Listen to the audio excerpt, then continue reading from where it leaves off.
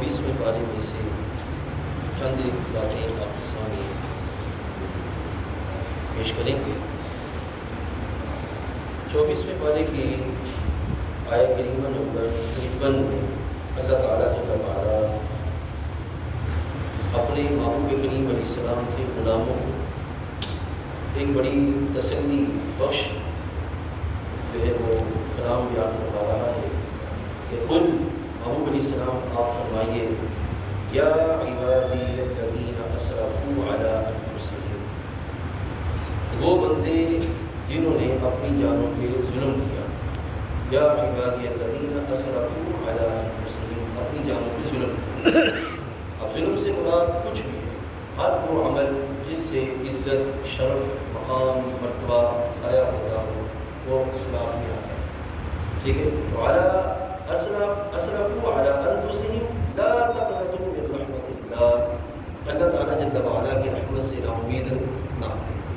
ٹھیک ہے، اب یہاں اس سے ایک مراد یہ ہے کہ اس کی رحمت بڑی وسیع ہے اور اس کے کرم کا سلسلہ بڑا عام ہے۔ جو بھی اپنی آنکھوں میں آنسو لیے ہوئے ندامت کے آنسو آتے ہوئے رب ذوالجلال کی بارگاہ میں صدق کے دل کے ساتھ حاضر ہو جاتا ہے، اللہ تعالیٰ اس کی توبہ کو قبول فرماتا ہے۔ ٹھیک ہے، لا تقنطوا من رحمت اللہ، اللہ تعالیٰ سے مایوس نہ، اللہ کی رحمت سے مایوس نہ۔ اس کا مطلب یہ ہوا کہ اسلام میں مایوسی نہیں۔ ٹھیک ہے، قنوطیت پسندی یہ اسلام میں نہیں۔ اسلام میں پر امید معاملہ کہ بندہ اللہ تعالیٰ جل وعلا کی بارگاہ سے پر امید رہے۔ اور دو چیزیں عزیز دوستو یاد رکھیں، ایک ہے اللہ کا جلال، ٹھیک ہے، کہ وہ بڑا جلال والا ہے، وہ چاہے تو بڑے دفتر نیکیوں کے رد کروا، اس کی بارگاہ میں کوئی جلال کی کوئی کیفیت کمی نہیں۔ لیکن اس کی بارگاہ میں دوسری کیفیت کیا ہے؟ امید ہے کہ چاہے تو چھوٹی بھی نیکی قبول فرما۔ ٹھیک ہے، تو یہ رب تعالیٰ جل وعلا کی بارگاہ میں تو لا تقنطوا من رحمت اللہ، اللہ تعالیٰ کی بارگاہ سے جو وہ نا امید ہو۔ ٹھیک ہے، عملی زندگی کے اندر اکثر دوست ہمارے احباب جو نا امیدی کی طرف چلے جاتے ہیں، اس کی وجہ یہ ہوتی ہے کہ پیچھے بے نافرمانیوں کی وجہ سے اپنے اندر ہی جو امید کے دروازے ہوتے ہیں انہوں نے بند کر دیے۔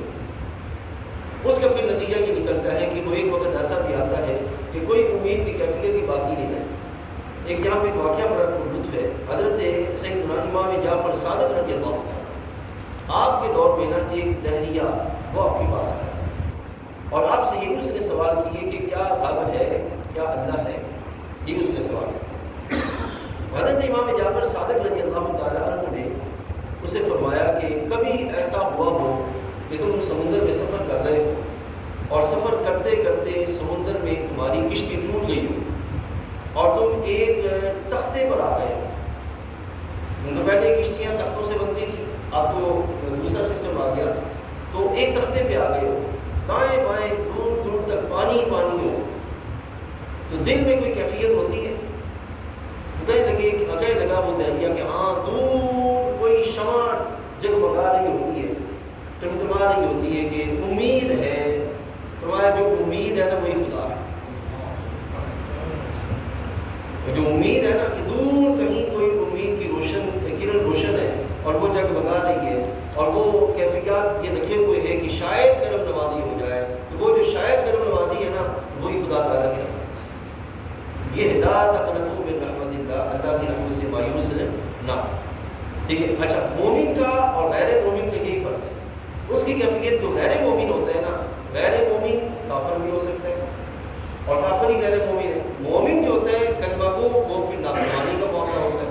ٹھیک ہے، تو جو غیر مومن ہوتا ہے نا اس کے اندر پے در پے کفر کی وجہ سے یا پہ طرف بدعمالی اور نافرمانی کی وجہ سے امید کی شمع کم ہوتی جاتی ہے۔ ٹھیک ہے، اور جو مومن ہے اور اس کے اندر مایوسی آ جائے تو اس کی وجہ یہ ہوتی ہے کہ وہ پے در پے نافرمانیوں کی وجہ سے اپنے اندر امید کی شمع کم کرتا ہے۔ لیکن جو بندہ مومن یقین کامل کے ساتھ رہتا ہے نا، اس کا پھر کبھی بھی معاملہ اللہ تعالیٰ کی رحمت سے جو وہ دائیں بائیں نہیں ہوتا۔ ٹھیک ہے، اس کی یہ کیفیت ہوتی ہے۔ چلو یہاں سے آگے بڑھتے ہیں۔ اللہ فرماتا ہے ان اللہ یغفر الذنوب جميعا، بے شک اللہ تعالیٰ جو ہے وہ گناہوں کو معاف فرمانے والا ہے۔ اللہ تعالیٰ اپنا کرم فرما رہا ہے۔ ایک پہلو سنیے، دوسرا پہلو سمجھ لیجیے۔ ایک دفعہ حضرت سیدنا علی المرتضیٰ مولا کائنات کرم اللہ وجہ کریم، کل 21واں رمضان مبارک بھی ہے اور تذکرہ بھی انہیں کہا گیا، حضرت مولا کائنات کرم اللہ وجہ کریم تشریف فرما تھے، اپنے دوستوں کی مجلس میں تشریف فرما ہے۔ آپ نے پوچھا کہ اے میرے دوستوں ذرا بتاؤ کہ آل فرعون کا مومن افضل ہے یا آل محمد کا مومن افضل ہے؟ آپ نے سوال کیا، آپ سب خاموش ہیں، کوئی جواب نہ دے سکے۔ آپ نے فرمایا کہ آل محمد کا مومن افضل ہے، ٹھیک ہے۔ پھر پوچھا کہ آل فرعون کا جو مومن تھا وہ بہادر و قوی تھا یا کہ آل محمد کا؟ اب لوگ سمجھے کہ شاید مراد آپ ہیں، آپ نے فرمایا کہ یہ آپ بہادر ہیں، آپ قوی ہیں۔ آپ نے فرمایا کہ یاد رکھو، آل جو فرعون آل موسیٰ علیہ السلام تھے نا، موسیٰ علیہ السلام پر ایک بندہ ایمان لایا، یہاں پہ وقال رجل مؤمن، ایک بندہ ایمان لایا، لیکن ایمان لانے کے بعد وہ اپنے ایمان کو ظاہر نہ کر سکتا، ٹھیک ہے، حالات کی سختیوں کی وجہ سے وہ اپنا ایمان ظاہر نہ کر سکتا، ٹھیک ہے۔ اور دوسری طرف محبوب کریم علیہ السلام پر سب سے پہلا جو مرد ایمان لایا وہ جناب صدیق اکبر، ایمان بھی لائے، ایمان ظاہر بھی کیا، زمانے کی سختیوں کو برداشت بھی کیا۔ اس واسطے فرمایا کہ وہ مومن افضل یا یہ مومن افضل، پھر فرمایا کہ وہ مومن قوی یا یہ مومن قوی، تو سب نے سمجھا کہ شاید آپ اپنے بارے میں فرما رہے ہیں۔ فرمایا کہ میرے نزدیک مومن جو قوی ہے وہ حضرت ابوبکر صدیق ہے، اپنے ایمان کے اعتبار سے، اپنے عمل کے اعتبار سے، کہ جب ہر طرف سے مصائب و تکلیفوں کے ایک دو تیز جو وہ آندیاں چل رہی تھیں، اس وقت جس شخصیت نے آگے بڑھ کے جناب نبی مکرم صلی اللہ علیہ وسلم کے ساتھ کندھے سے کندھا ملا کر شمع ایمان کو بلند کیا، وہ جناب صدیق اکبر بردو۔ اور پھر ایک مقام پہ حضرت علی کرم اللہ وجہ کریم ہی پوچھتے ہیں کہ ایسا نہیں ہے نعوذ باللہ کہ ہم مولا کائنات کی شان میں کمی کرتے ہیں، بلکہ موضوع ایسا آ گیا کہ جس کے لحاظ سے یہ وقت وغیرہ حضرت علی مرتضیٰ کرم اللہ وجہ کریم کی شان بھی عرض کیے دیتے ہیں کہ کیونکہ آپ کی محبت بھی ہمارے ایمان کا حصہ ہے، ٹھیک ہے۔ تو ایک دفعہ حضرت علی کرم اللہ وجہ کریم نے پوچھا کہ بتاؤ سب سے بڑا سخی کون ہے، سب سے بڑا شجاع کون ہے؟ تو لوگوں نے گمان کیا کہ شاید آپ اپنے بارے میں پوچھ رہے ہیں، لوگ کہنے لگے کہ آپ سے بڑھ کے سخی کون ہے، شجاع کون ہے؟ آپ نے فرمایا کہ میرے نزدیک شجاع حضرت ابوبکر صدیق ہے، کہ جب کفار کے ساتھ جنگ کی باری آتی تو ہر ایک پیچھے ہٹا ہوتا اور اس وقت حضرت صدیق اکبر رضی اللہ تعالیٰ عنہ نبی کریم علیہ السلام کی حفاظت کے لیے کھڑے، ٹھیک ہے نا۔ اب بڑھتے ہیں حضرت سیدنا علی مرتضیٰ کرم اللہ وجہ کریم کی طرف۔ آپ کی کیا شان ہے کہ نبی کریم علیہ السلام نے اپنا مبارک بستر اور اپنی بارگاہ سے مبارک نام اور اپنی بارگاہ سے مبارک صاحبزادی آپ کو عطا فرمائی۔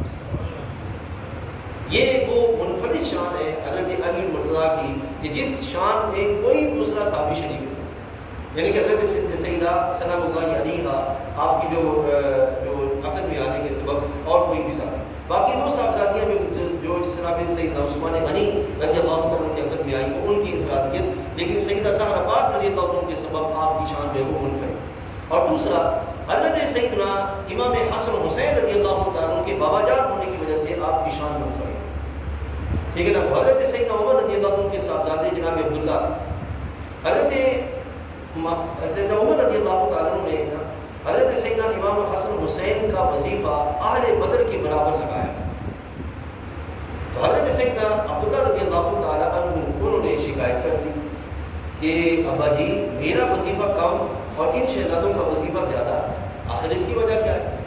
آپ نے فرمایا کہ یہ بتاؤ کیا تمہاری ماں ان کی ماں جیسی ہے؟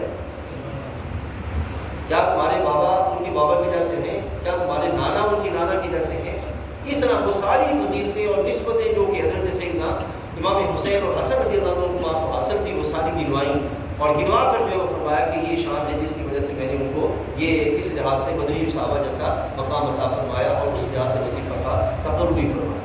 موسیٰ سے یاد رکھیے گا حضرت علی مرتضیٰ کرم اللہ وجہ کریم آپ وہ ہیں کہ جن کو رسول کریم علیہ السلام کی بارگاہ سے بہت سارے مقامات پر بہت ساری انفرادی جو کیفیات ہیں وہ حاصل ہوئی، ٹھیک ہے۔ ان کیفیات کا نہ ہم انکار کرتے ہیں نہ کہ اور کے لحاظ سے معاملہ۔ مثلاً ایک کیفیت آپ نے فرمائی کہ من قلت مولا ہوں فہذا علی کی مولا، کہ جس کے میں مولا ہوں علی اس کے مولا۔